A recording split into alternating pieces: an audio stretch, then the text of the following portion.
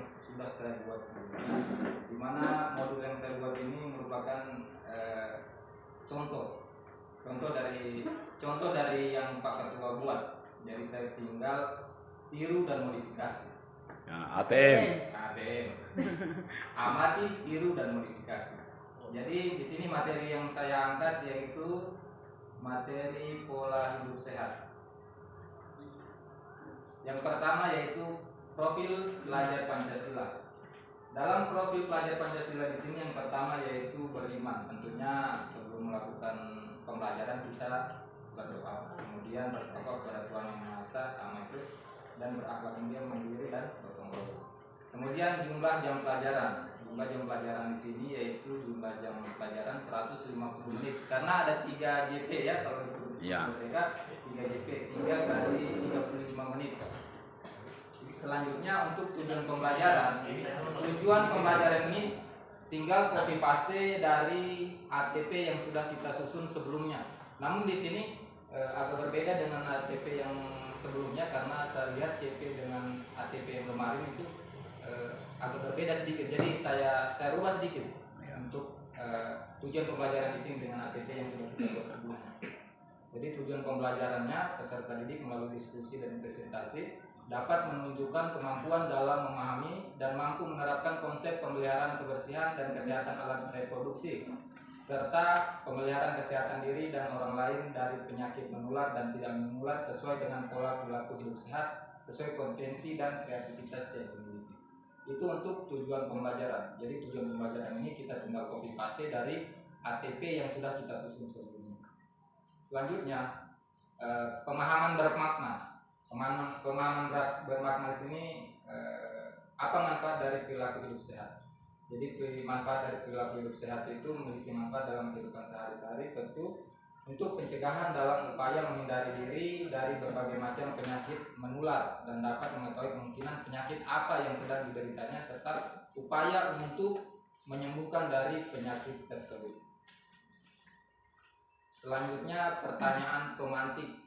Pertanyaan pemantik di sini ada 2 pertanyaan. Yang pertama, mengapa peserta didik perlu memahami dan menerapkan konsep pemeliharaan kebersihan dan kesehatan alat reproduksi, pemeliharaan kesehatan diri dan orang lain dari penyakit menular dan penyakit tidak menular sesuai dengan pola perilaku hidup sehat.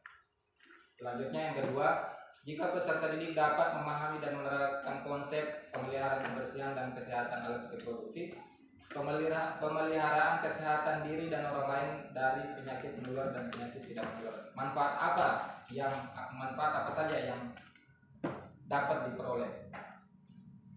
Selanjutnya pengetahuan atau keterampilan prasyarat.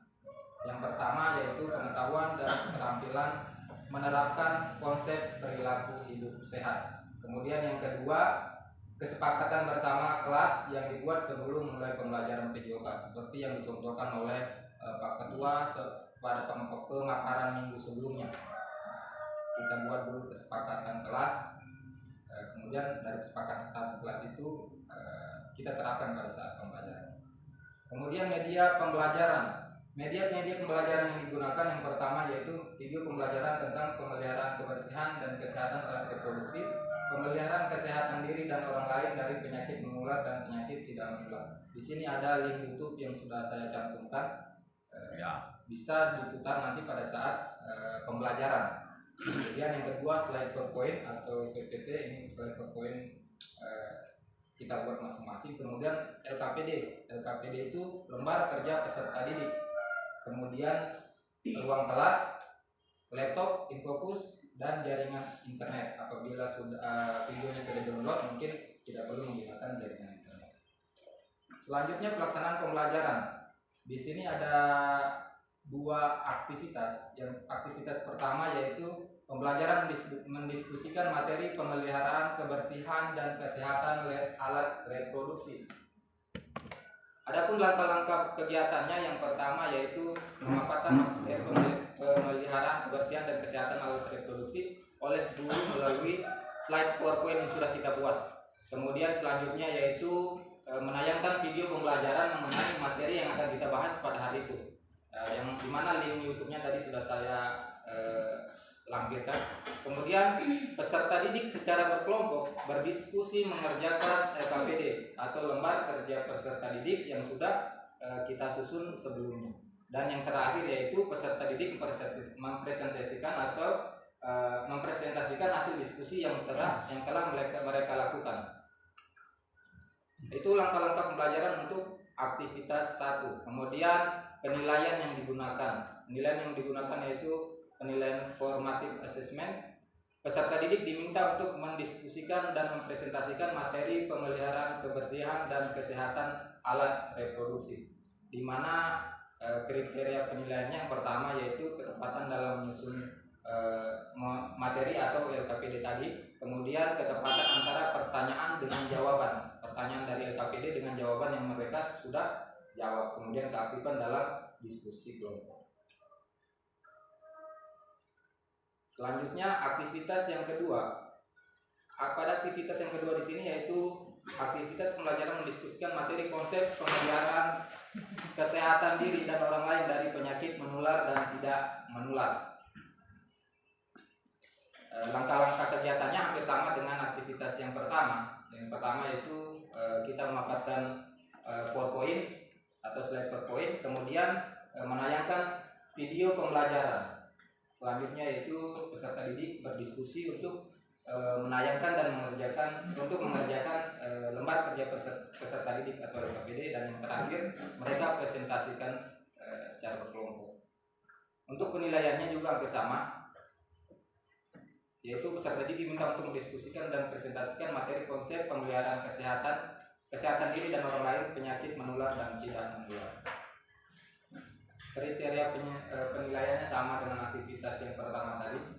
Ada kriteria 1, ketepatan dalam menyusun materi atau menyelesaikan LKPD, kemudian ketepatan antara pertanyaan dan jawaban dari LKPD yang telah mereka buat, kemudian keaktifan dalam berdiskusi. Ya, jadi mungkin hanya itu modul yang sudah saya susun.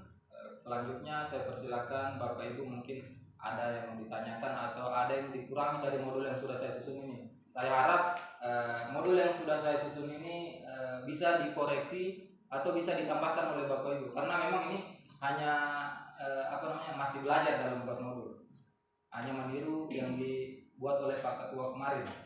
Jadi saya harapkan bisa dikoreksi, bisa ditambahkan, atau ada yang dikurangi silakan. Karena pada dasarnya nanti untuk modul ini kita semua akan gunakan yang ini. Terima kasih. Oke, terkait dengan LKPD, artinya ini kita bahas bersama. Mohon saran juga. Saya juga kemarin yang sepemahaman saya, LKPD itu di bagian refleksi, ya, artinya di bagian ketika semua sudah dilakukan pembelajaran baru dibagikan LKPD. Artinya itu yang saya dapatkan. Siapa tahu, makanya yang saya tanyakan ini mana baiknya, dia di awal kegiatan pembelajaran ini atau di akhir tentang LKPD, karena ini tidak mungkin kita praktekkan dulu toh. Alat reproduksi tidak mungkin dipraktekkan dulu toh.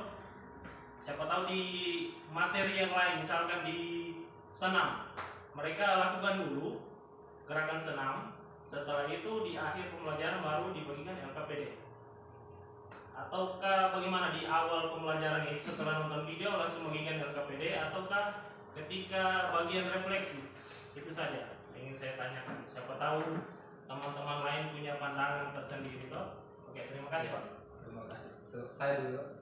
Jadi untuk pemahaman saya juga ya terkait LKPD. Jadi LKPD itu sebenarnya bisa kita bagikan di awal sebelum video pembelajaran kita putar, dan bisa juga di akhir seperti Pak Hasbi bilang tadi pada saat pada saat refleksi. Jadi pada saat refleksi peserta didik mengerjakan LKPD. Di sini kenapa saya bagikan setelah pemutaran video pembelajaran, karena di situ agar peserta didik ini setelah melihat video di situ, dalam LKPD itu ada tugas yang harus mereka diskusikan dari video pembelajaran tersebut dan dari pemaparan PowerPoint tersebut. Dan LKPD ini juga bisa sebenarnya dibagikan sebelum pemutaran video pembelajaran tersebut. Jadi sebelum tim pembelajaran diputar, kita bagikan LKPD supaya peserta didik konsentrasi atau tahu apa yang harus mereka lakukan setelah pemutaran video ini. Nah, kecuali pada saat kita melakukan praktek di lapangan, nah itu mungkin bagusnya LKPD kita bagikan seperti yang dikatakan Pak Hasbi tadi, di akhir pertemuan atau pada saat refleksi. Namun bisa juga kita bagikan di awal, karena di LKPD itu bisa juga kita masukkan di situ perintah dalam melakukan gerakan. Misalkan silakan kalian lakukan gerakan ini secara berkelompok. Jadi mereka lakukan gerakan itu secara berkelompok. Kemudian perintah selanjutnya apa di LKPD itu? Itu kalau kita bagikan di awal. Jadi tergantung LKPD yang kita susun sebenarnya. Bisa kita bagikan di awal, bisa juga di akhir. Terima kasih penjelasannya. Masih ada yang ini sapu juga sudah ikut.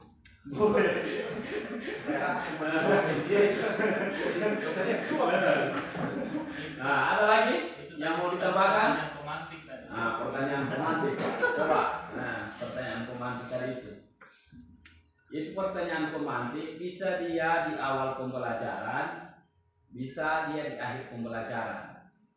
Itu pertanyaan pemantik. Pemantiknya dia di awal pembelajaran seperti ini. Siswa itu sebelum belajar tentang apa yang kita ajarkan, dia sudah ada sebahagian mengerti yang bahan yang kita ajarkan besok itu.